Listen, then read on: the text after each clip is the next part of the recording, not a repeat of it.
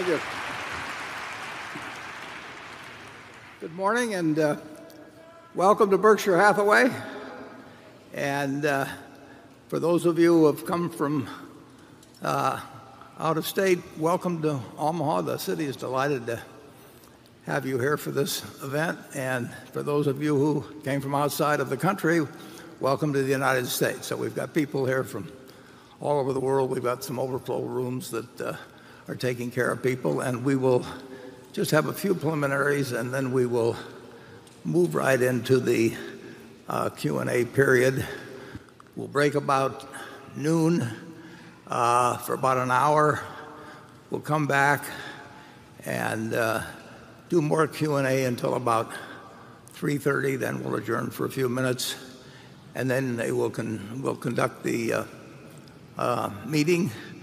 I understand that in the room adjacent that Charlie has been conducting a little insurgency campaign. I don't know whether you've seen these, but these are the buttons that are available for those of you who you keep asking questions about succession, and Charlie wants to answer that question by getting your vote today. So it says, this one says, maturity, experience, why accept second best? Vote for Charlie.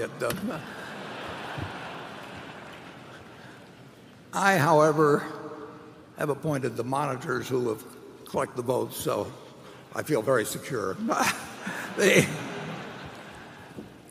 first thing I'd like to do, Charlie is my partner of 60 years, director and vice chairman, and we make the big decisions jointly. It's just that we haven't had any big decisions,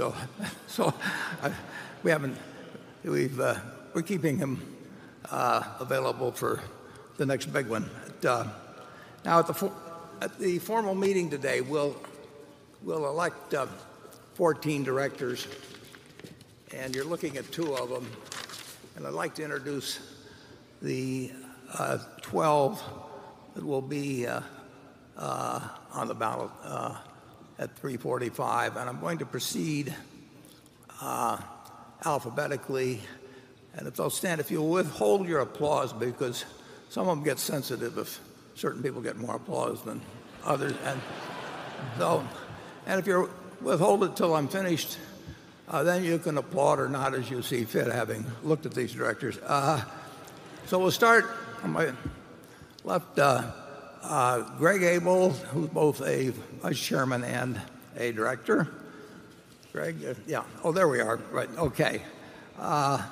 And going along alphabetically, Howard Buffett, Steve Burke, Sue Decker, Bill Gates, Sandy Gottesman, Charlotte Guyman, Ajit Jain, who is also a vice chairman, Tom Murphy, Ron Olson, Walter Scott, and Merrill Whitmer. Now you can applaud.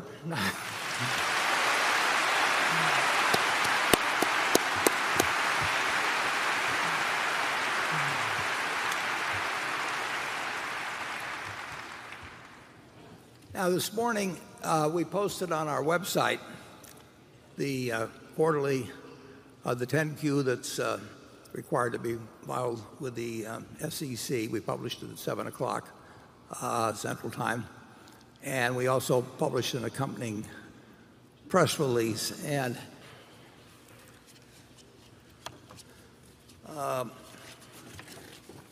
these figures, as usual, require some explanation. As we've mentioned in the annual report, the new GAAP rules, generally accepted accounting principles, require that we mark our securities to market and then report any unrealized gains in our earnings. And you can see, I've warned you about the distortions from this sort of thing. And the first quarter of 2019 actually was much like the first quarter of 2018.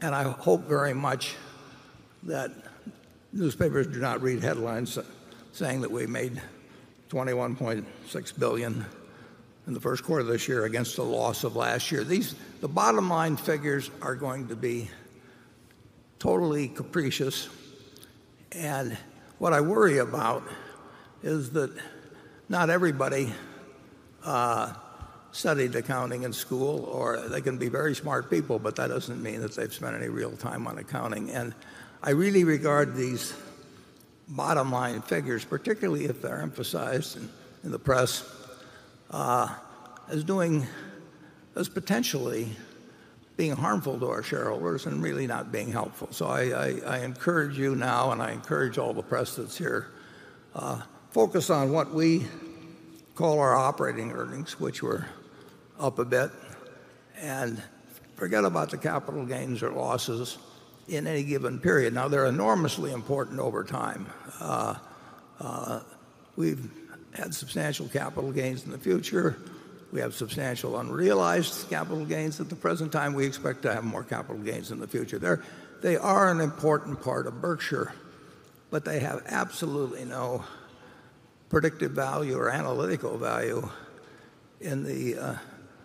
on a quarterly basis or an annual basis. And I just hope that nobody gets misled in some quarter when stocks are down and people said Berkshire loses money or something of the sort. It's really a shame that the rules got changed in that way, but we will report.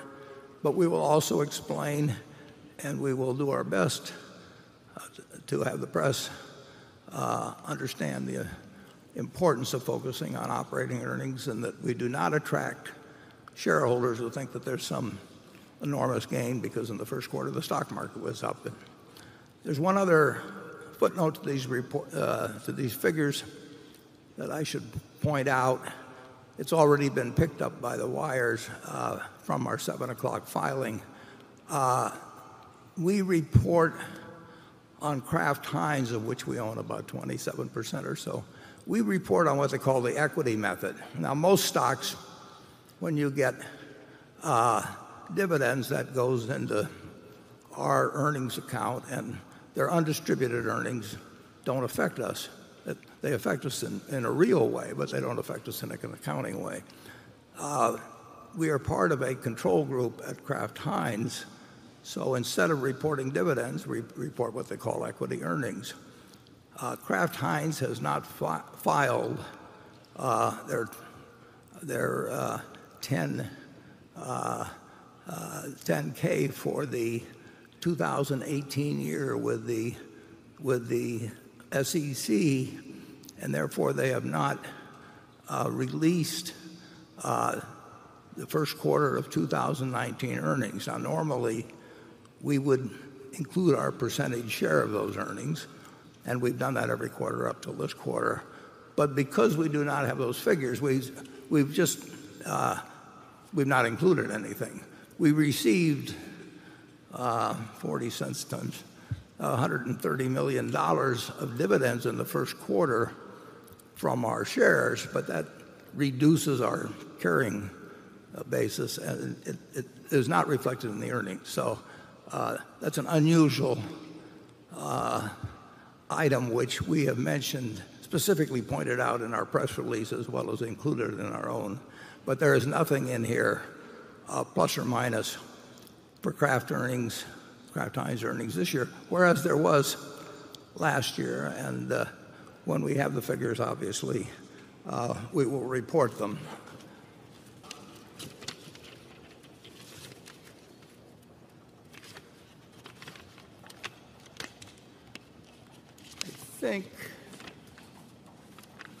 Oh yes, I wanted to mention to you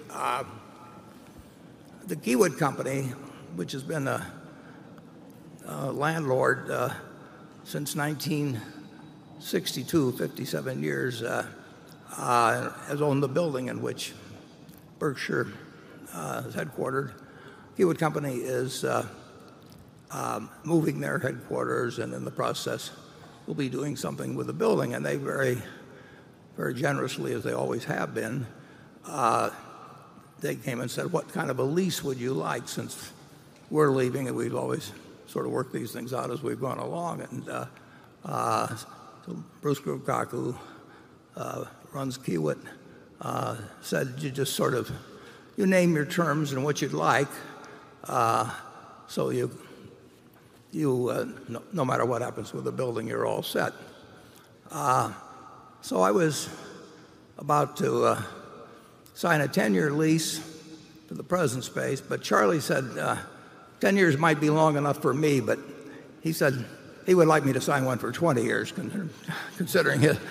And so we are entering a 20-year lease, and I confess to you that we now occupy one full floor, as we have for decades. And the new lease provides for 2 floors, so I just want you to know that your management is loosening up just a little bit.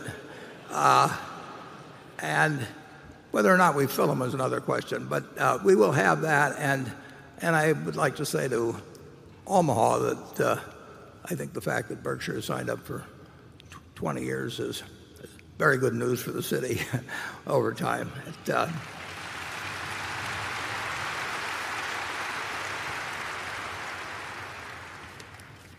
Okay, and now I would like to tell you something about the people that make all of this possible. This is a homegrown operation. We started with a few people meeting in the lunchroom at National Indemnity many years ago, and I think we will probably set another record for attendance today. Yesterday afternoon, 16,200 people came in 5 hours, and that broke the previous record by a couple thousand. On Tuesday, the Nebraska Furniture Mart did $9.3 million worth of business. And if any of you are in the retail business, you'll know that that's a yearly volume for some furniture stores. And here in Omaha, the 50th or so largest market in the country, maybe even a little less. 9.3 billion, I think, probably exceeds anything any home furnishing store has ever done in one day. And we have people pitching in. We have all of the people, virtually all of the people from the home office. Some of them, they'll take on any task. We have a bunch of people from National Indemnity, for example, that come over, and they've been some of the monitors around. And in terms of the exhibit hall, more than 600 people from our various subsidiaries give up a weekend, come to Omaha, work very hard. And tomorrow, 4 or 4:30, I should say today at 4 or 4:30, they will start packing up things and heading back home. And they come in, and I saw them all yesterday, and they were a bunch of very, very happy, smiling faces. And they don't, they work hard all year, and then they come in and help us out on this meeting. And then finally, if we could get a spotlight, I think Melissa Shapiro is someplace here. She runs the whole show. I mean, Melissa, where are you?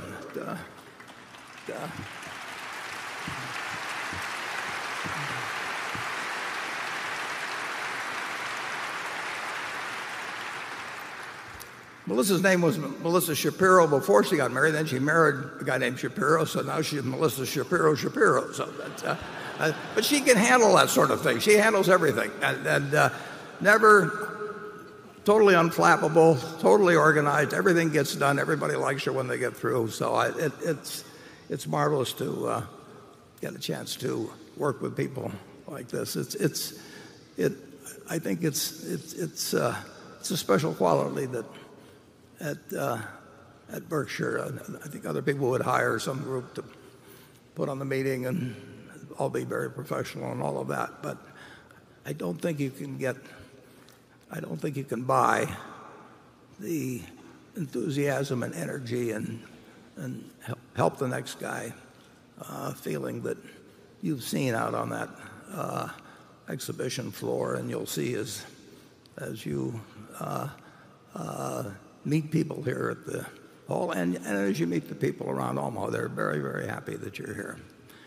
And with that, I would like with that, I would like to start on the questions. We'll do it just as we've done it in recent years. We'll start with the press group. They've received emails from a great many people. Perhaps they can tell you how many, and selected the questions they think would be most useful to the Berkshire shareholders. Yahoo is webcasting this, as they've done for several years now. They've done a terrific job for us. So this meeting is going out both in English and in Mandarin, and I hope our results translate well, or our comments translate well. Sometimes we have trouble with English, but we'll start in with Carol Loomis, my friend of 50 years, but you'll never know it by the question she's going to ask me. I'm going to start very briefly. This is for the benefit of people who send us questions next year. There are kind of two things that you get wrong a lot of time. You can't send two-part questions or three-part, etc. We need a one-part question. And the other thing is that the question really needs to have some relevance to Berkshire, because Warren said when he started it that his hope was that shareholders would come out of the questions with a further education about the company. So keep those in mind for next year. A number of people wrote me about repurchases of stock, and that's the question I picked for my first one. The question this particular question comes from Ward Cookie, who lives in Belgium and who is still emailing me this morning in reference to the first quarter report. And he asks, my question concerns your repurchase of Berkshire shares. In the third quarter of last year, you spent almost $1 billion buying Berkshire B stock at an average price of $207. But then you got to a period between December 26th and April 11th when the stock languished for almost 4 months under 207, and yet you purchased what I think of as a very limited amount of stock, even as you were sitting on an enormous pile of $112 billion. My question is why you did not repurchase a lot more stock, unless, of course, there was for a time an acquisition of, say, $80 billion to $90 billion on your radar. Yeah, the question, whether we had $100 billion or $200 billion would not make a difference, or $50 billion, would not make a difference in our approach to repurchase of shares. We repurchase shares. We used to have a policy of tying it to book value, but that really became obsolete. It did not. The real thing is to buy stock, repurchase shares only when you think you're doing it at a price where the remaining shareholders are worth more the moment after you repurchased it than they were the moment before. It's very much like if you were running a partnership and you had 3 partners in it and the business was worth $3 million, and one of the partners came and said, I'd like you to buy back my share of the partnership for $1 billion. I started out with millions. I'll stay with millions. For $1.1 million, and we'd say, forget it. And if he said $1 million, we'd probably say, forget it. And if he said $900,000, we'd take it, because at that point, the remaining business would be worth $2.1 million, and we'd have 2 owners, and our interest in value would have gone from $1 million to $1,050,000. So it's very simple arithmetic. Most companies adopt repurchase programs, and they just say we're going to spend so much. That's like saying we're going to buy XYZ stock, and we're going to spend so much, or we're going to buy a company, and we're going to spend whatever it takes. We will buy stock when we think it is selling below a conservative estimate of its intrinsic value. Now, the intrinsic value is not a specific point. It's probably a range in my mind that might have a band maybe of 10%. Charlie would have a band in his mind, and it would probably be 10%. And ours would not be identical, but they'd be very close. And sometimes he might figure a bit higher than I do, a bit lower. But we want to be sure when we repurchase shares that those people who have not sold shares are better off than they were before we repurchased them. And it's very simple. And in the first quarter of the year, they'll find we bought something over $1 billion worth of stock. And that's nothing like my ambitions. But what that means is that we feel that we're okay buying it, but we don't salivate over buying it. We think that the shares we repurchased in the first quarter leave the shareholders better off than if we hadn't, the remaining shareholders, better off than if we hadn't bought it. But we don't think the difference is dramatic. And you could easily see periods where we would spend very substantial sums if we thought the stock was selling at, say, 25 or 30% less than it was worth, and we didn't have something else that was even better. But we have no ambition in any given quarter to spend a dime unless we think you're going to be better off for us having done so. Charlie? Well, I predict that we'll get a little more liberal in repurchasing shares.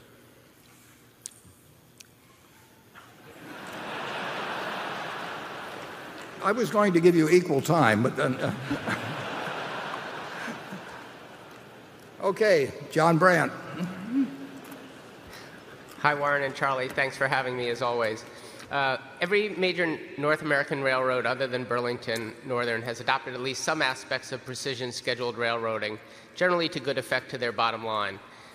Some believe that point-to-point scheduled service and minimal in-transit switching is good for both returns on capital and customer service.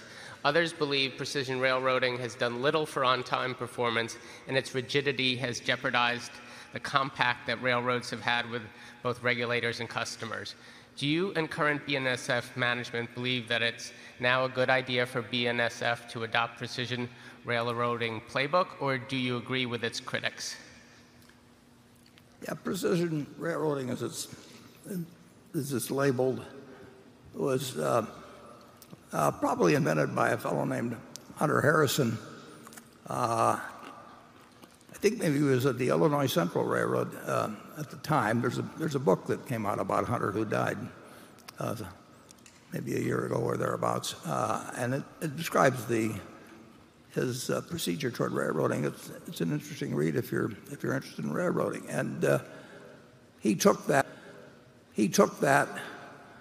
to Canadian National, CN. There's 6 big railroads in North America, and he took that to CN, and he was very successful. And actually, Bill Gates is probably the largest holder of CN. So, and I think he's done very well with that stock.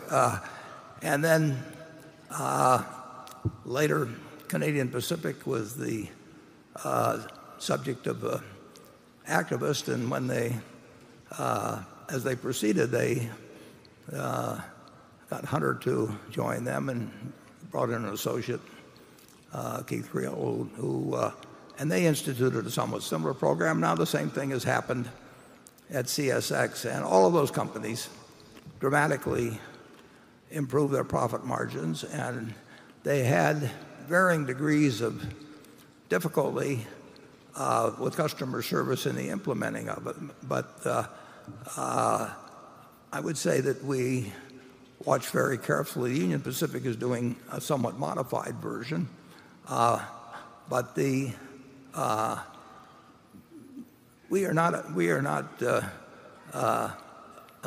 above copying anything that is successful, and I think that there's been a good deal that's been learned by watching these 4 railroads, and we will, if we think we can serve our customers well and get more efficient in the process, we will adopt whatever whatever we observe. But we don't have to do it today or tomorrow. But we do have to find something that gets at least equal and hopefully better customer satisfaction, and that makes our railroad more efficient. And there's been growing evidence that from the actions of these other four railroads, there's been growing evidence that we can learn something from what they do. Charlie? Well, I doubt that anybody is very interested in unprecision in railroading.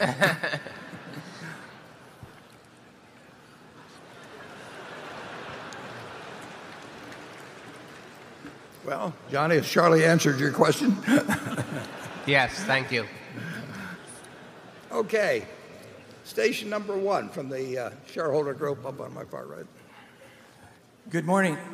My name is Bill Moyer, and I'm from Vashon Island, Washington, and I'm part of a team called the Solutionary Rail Project. Interestingly, only 3.5% of the value of freight in the U.S. moves on trains. Berkshire Hathaway is incredibly well positioned with its investments in the Northern and Southern Transcon through BNSF to grab far more of that freight traffic off of the roads and get diesel out of our communities, as well as harness transmission corridors for your Berkshire renewable energy assets, for which you're obviously very proud.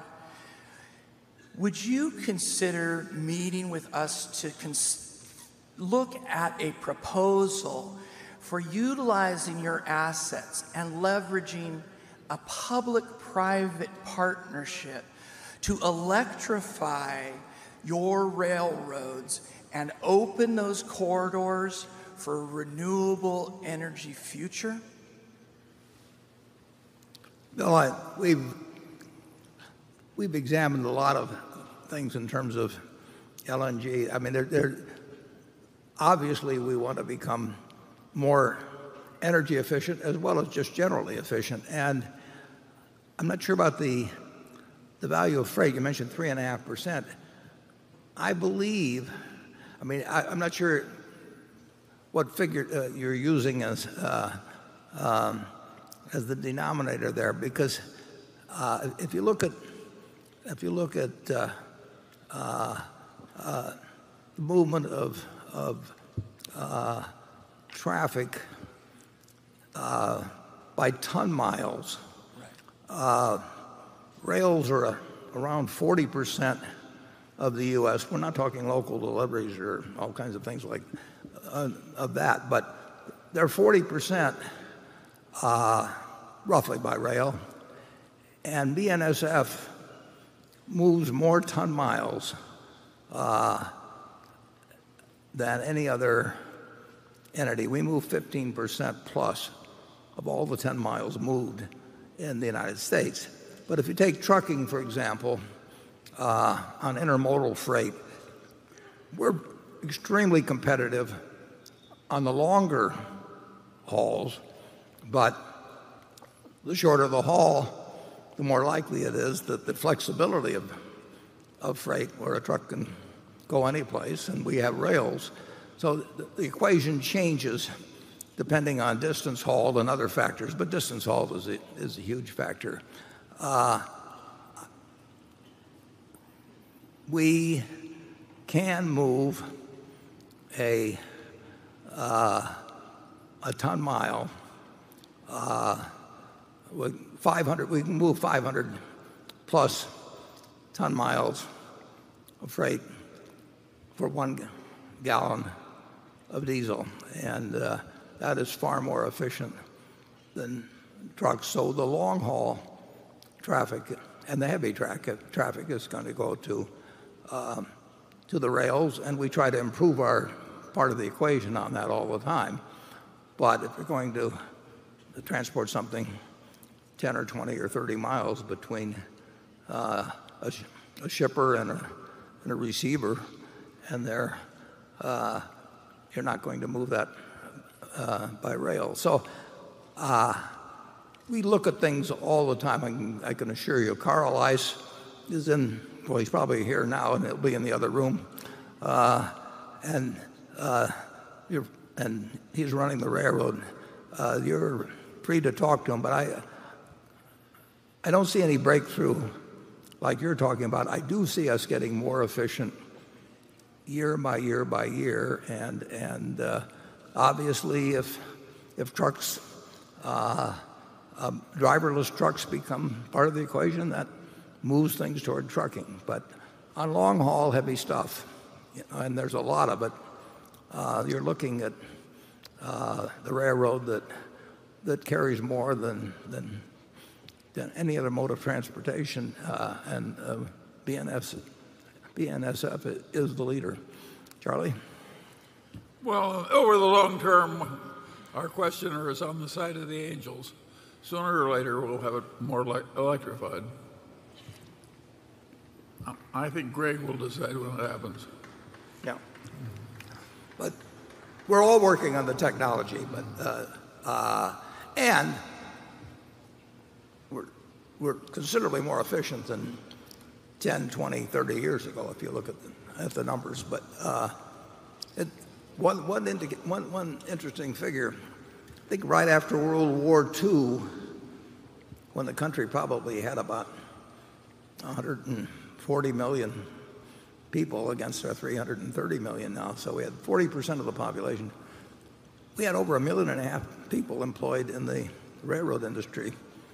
Now there's less than 200,000, and we're carrying a whole lot more freight. Now there's some change in passengers, but the efficiency of the railroads compared to and the safety compared to what it was even immediately after World War II has improved dramatically. Charlie, anything more? No. Okay, Becky?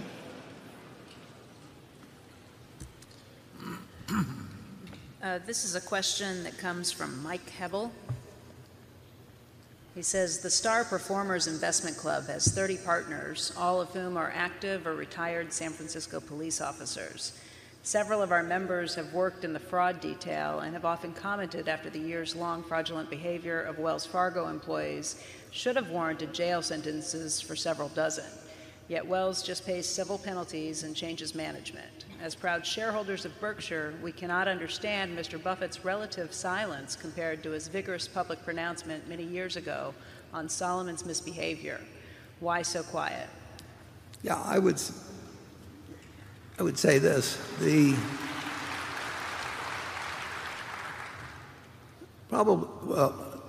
As I see it, although, I have read no reports internally or anything like that, but it looks to me like Wells made some big mistakes in what they incentivize, and as Charlie says, there's nothing like incentives, but they can incentivize the wrong behavior, and I've seen that a lot of places, and that clearly existed. That clearly existed at Wells. The interesting thing is, to the extent that they set up fake accounts, a couple million of them that had no balance in them, that could not possibly have been profitable to Wells.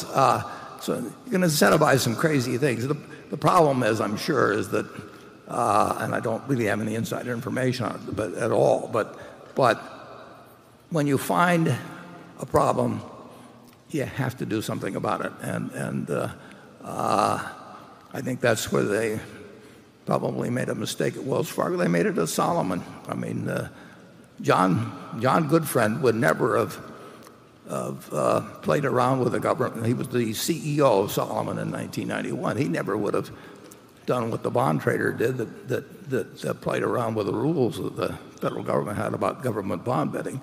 But when he heard about it, he didn't immediately notify the Federal Reserve.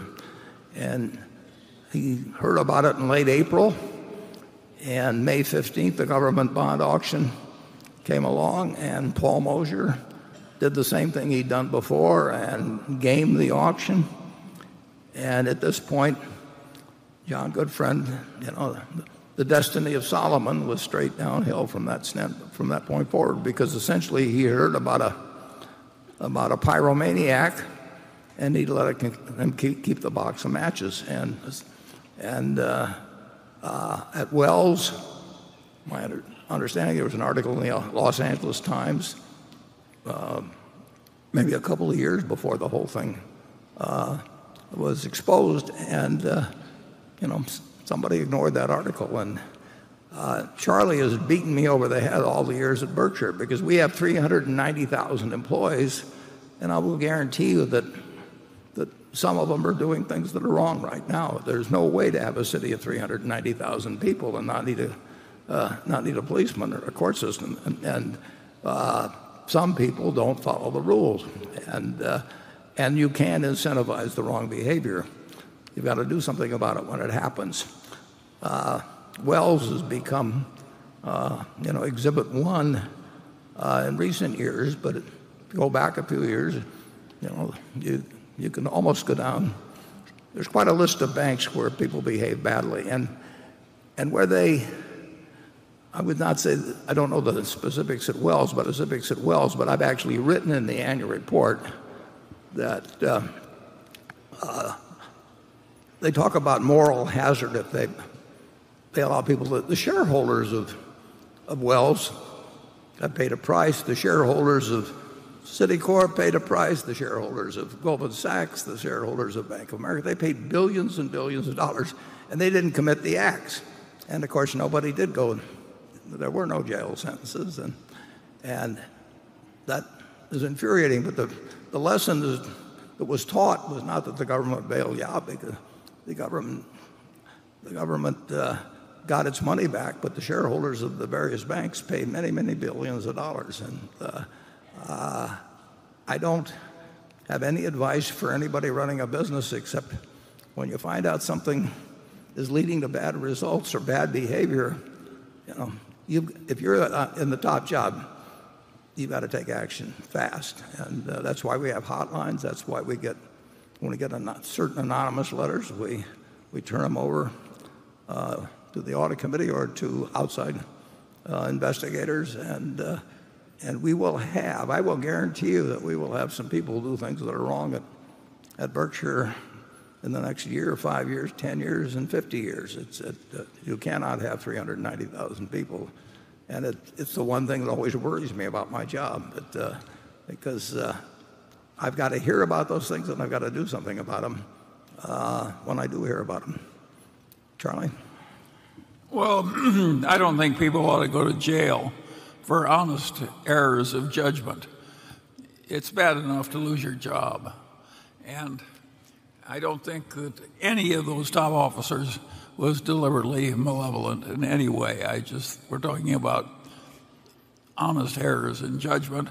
And I don't think Tim Sloan even committed honest errors of misjudgment. I just think he was an accidental casualty that didn't deserve the trouble. Yeah, I wish Tim Sloan was still there. Yeah, there's no evidence that he did a thing, but he stepped up to take a job that where he was going to be a piñata, basically, for all kinds of investigations. And rightfully, Wells should be checked out on everything they do. All banks should. I mean, they get a government guarantee, and they receive trillions of dollars in deposits. And they do that basically because of the FDIC. And if they abuse that, they should pay a price. And if anybody does anything like a Paul Moser did, for example, with Solomon, they ought to go to jail. Paul Moser only went to jail for 4 months, but if you're breaking laws, you should be prosecuted on it.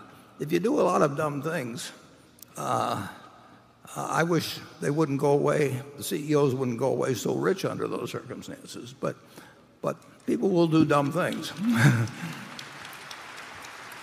I actually proposed, I think it may have been on one of the annual reports even, I proposed that if a bank gets to where it needs government assistance, that basically the responsible CEO should lose his net worth and his spouse's net worth if he doesn't want the job under those circumstances.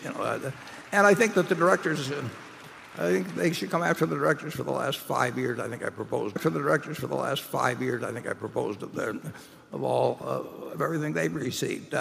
But it's the shareholders who pay.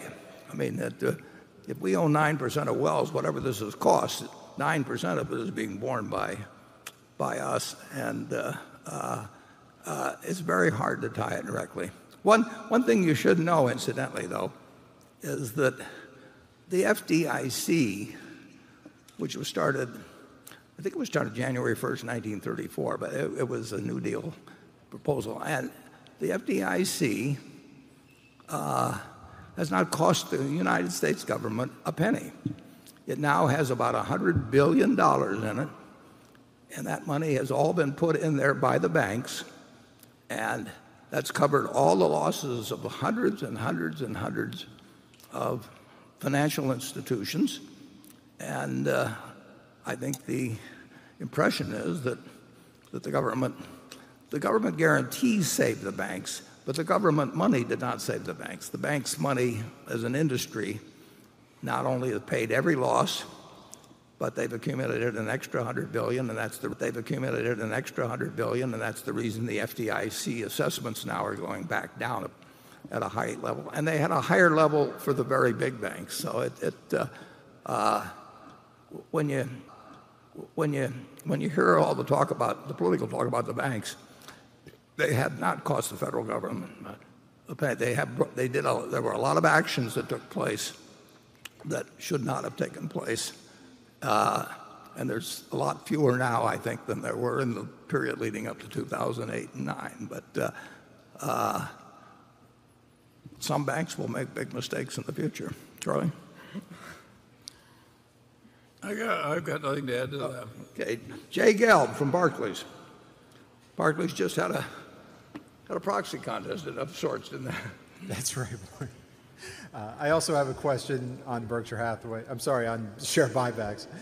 Warren, in a recent Financial Times article, you were quoted as saying that the time may come when the company buys back as much as $100 billion of its shares, which equates to around 20% of Berkshire's current market cap.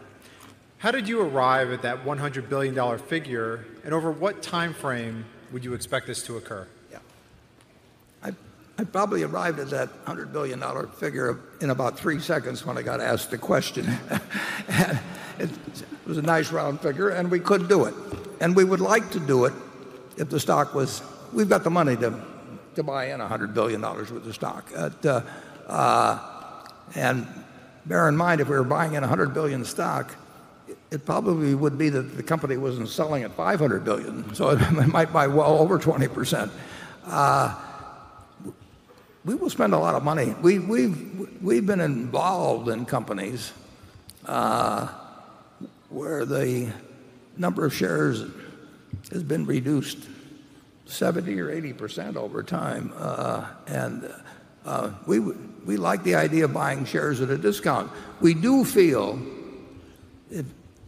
if shareholders, if we're going to be repurchasing shares from shareholders who are partners, and we think it's cheap, we ought to be very sure that they have the facts available to evaluate what they own. I mean, just as if we had a partnership. It would not be good if there were 3 partners and 2 of them decided that they would sort of freeze out the third, maybe in terms of giving them material information that they knew that third party didn't know. So it's very important that our disclosure be the same sort of disclosure that I would give to my sisters who were the imaginary, they're not imaginary, but they're the shareholders to whom I address the annual report every year, because I do feel that if you're going to sell your stock, you should have the same information that's important that's available to me and to Charlie. But we will,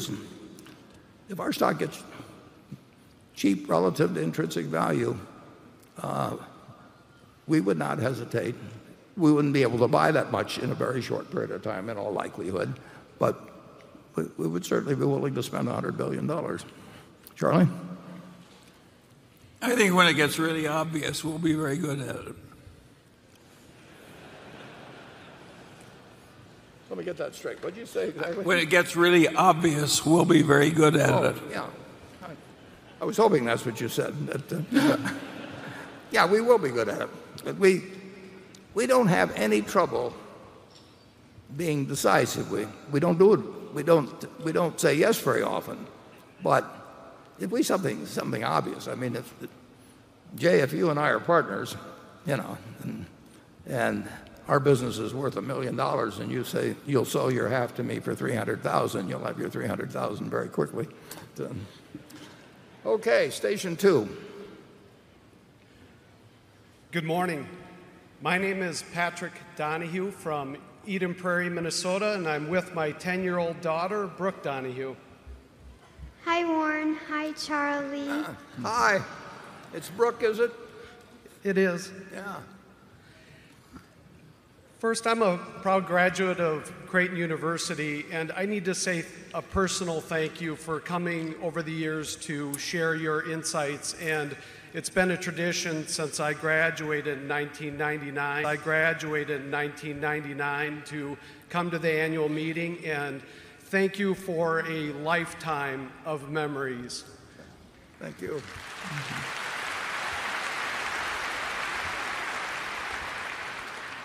Brooke is a proud Berkshire shareholder and read the letter and had some questions regarding investments that have been made in the past.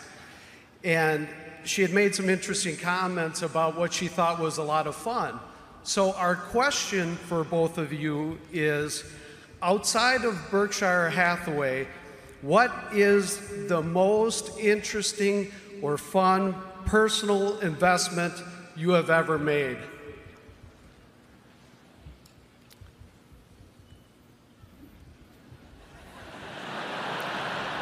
Well, they're always more fun when you make a lot of money off of them.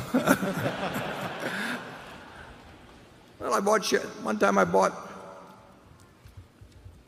one share of stock in the Atled Corp. That's spelled A-T-L-E-D. And Atled had 98 shares outstanding, and I bought one. And not what you call a liquid security. And Atled happened to be the word Delta spelled backwards. And 100 guys in St. Louis had each chipped in $50 or $100 or something to form a duck club in Louisiana. And they bought some land down there. Two guys didn't come up with it. There were 100 of them. Two of them defaulted on their obligation to come up with $100. So there were 98 shares out. And they went down to Louisiana, and they shot some ducks, but apparently somebody fired a few shots into the ground, and oil spurted out, and those Delta Duck Club shares, and I think the Delta Duck Club field is still producing. I bought stock in it 40 years ago for $29,200 a share, and it had that amount in cash, and it was producing a lot, and they sold it. If they kept it, that stock might have been worth $3 million a share, but they sold out to another oil company. But that was certainly that was the most interesting thing. Actually, I didn't have any cash at the time, and I went down and borrowed the money, and I bought it from my wife, and I borrowed the money, and the loan officer said, "Would you like to borrow some money to buy a shotgun as well?" Charlie, tell them about the one you missed.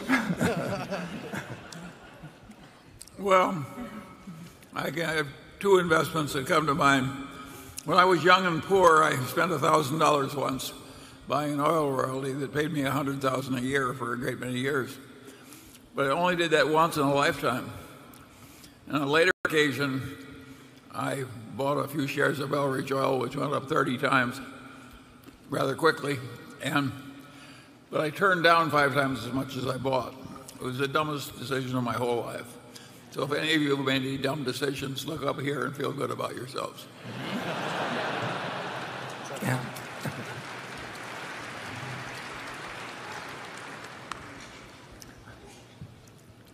I could add a few, but Andrew? Warren and Charlie, this is a question. Actually, we got a handful of questions on this topic. This is probably the best formulation of it. Warren, you have been a long-time outspoken Democrat. With all the talk about socialism versus capitalism taking place among Democratic presidential candidates, do you anticipate an impact on Berkshire in the form of more regulations, higher corporate taxes, or even calls for breakups among the many companies we own if they were to win? And how do you think about your own politics as a fiduciary of our company, and at the same time as someone who has said that simply being a business leader doesn't mean you've put your citizenship in a blind trust? Yeah, I have said that you do not put your citizenship in a blind trust, but you also don't speak on behalf of your company. You do speak as a citizen if you speak, and therefore you have to be careful about when you do speak, because it's going to be assumed you're speaking on behalf of your company. Berkshire Hathaway certainly in 54 years has never and will never made a contribution to a presidential candidate. I don't think we've made a contribution to any political candidate, but I don't want to say for 54 years that we don't do it. Now, we operate in several regulated industries, and our railroad and our utility, as a practical matter, they have to have a presence in Washington and in the state legislatures in which they operate. So we have a few, I don't know how many, political action committees which existed when we bought it. We bought the companies at subsidiaries, and I think that unquestionably they make some contributions simply to achieve the same access as their competitors. I mean, if the trucking industry is going to lobby, I'm sure the railroad industry is going to lobby. But the rule is, that people do not pursue their own political interests with your money here. We've had one or two managers over the years, for example, that would do some fundraising where they were fundraising from people who were suppliers to them or something of the sort. And if I ever find out about it, that ends promptly. But my position at Berkshire is not to be used to further my own political beliefs, but my own political beliefs can be expressed as a person, not as a representative of Berkshire, when the campaign is important. I try to minimize it, but it's no secret that in the last election, for example, I raised money. I won't give money to PACs. I accidentally did it one time. I didn't know it was a PAC, but I don't do it. But I've raised substantial sums. I don't like the way money is used in politics. I've written op-ed pieces for the New York Times in the past.